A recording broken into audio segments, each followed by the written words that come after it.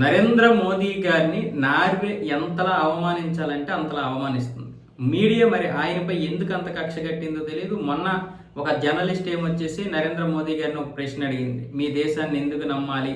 మీ దగ్గర అంతా కూడా ఒక వివక్షతో ఉంది కదా, మహిళా వివక్ష, అలాగే మిగతా కుల వివక్ష ఉంది కదా అన్న విధంగా మాట్లాడితే నరేంద్ర మోదీ గారు స్పందించలేదు. కానీ మన విదేశాంగ శాఖ స్పందించింది. దాన్ని పెద్ద ఓవర్ యాక్షన్ చేశారు. మళ్ళీ నిన్న కూల్ అయ్యారు. తర్వాత ఏమొచ్చేసి మళ్ళీ ఇప్పుడు ఆఫ్టన్ పోస్టన్ అనే ఒక పత్రిక చాలా ఓవర్ యాక్షన్ చేసింది. నరేంద్ర మోదీ గారిని ఒక పాములు పట్టేవాడుగాను, ఇదేదైతే ఉందో సన్నాయి, అది ఒక గ్యాస్ పైపుని పెట్టి పాములు పట్టే వ్యక్తిగా ఒక కార్టూన్ ఏర్పాటు చేసి దానికి సీట్స్కి ఏమని పెట్టిందంటే ఒక తెలివైన చిరాకు తెప్పించేటటువంటి మనిషి లేదా ఒక వ్యక్తి అన్న విధంగా ఆ సీట్స్కి పేరు పెట్టి దాన్ని ఏమొచ్చేసి ఆ పత్రికలో ఒక ప్రముఖ జర్నలిస్ట్ అంట ఆవిడేమొచ్చేసి దాన్ని ప్రచురించింది. అంటే మళ్ళీ పాశ్చాత్య దేశాలు అహంకారాన్ని ప్రదర్శిస్తున్నాయి. ఇంతకు ముందు కూడా పాశ్చాత్య మీడియా అంతా కలిసి భారతదేశం పాములు పట్టే దేశం అని విమర్శించాయి, అవహేళన చేశాయి. అప్పుడు నరేంద్ర మోదీ గారు అన్నారు, ఒకప్పుడు పాములు పట్టే దేశం ఏమో కానీ ఇప్పుడు మౌస్తో ప్రపంచాన్ని శాసించేటటువంటి దేశం అని కూడా సమాధానం చెప్పారు.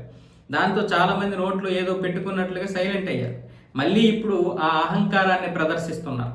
పాశ్చాత్య దేశాలన్నీ కూడా ఇప్పుడు ఇంత అహంకారం, మళ్ళీ పెద్దగా వీళ్ళు అంటే బయటికి నీట్గా కనిపిస్తారు, అభివృద్ధి అనే పేరుతో పెద్ద ఇచ్చేస్తారు, కానీ వాస్తవంగా లోపలంతా డొల్ల ఉంటుంది.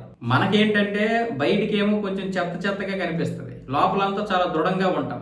దేశంలో కాదు ప్రపంచంలోనే 17% జనాభా ఉన్నటువంటి మనము ఈరోజు ఎన్నో సమస్యలు అధిగమించి ప్రపంచ దేశాలతో పోటీ పడుతుంటే దాన్ని కూడా భరించలేకపోతున్నారు.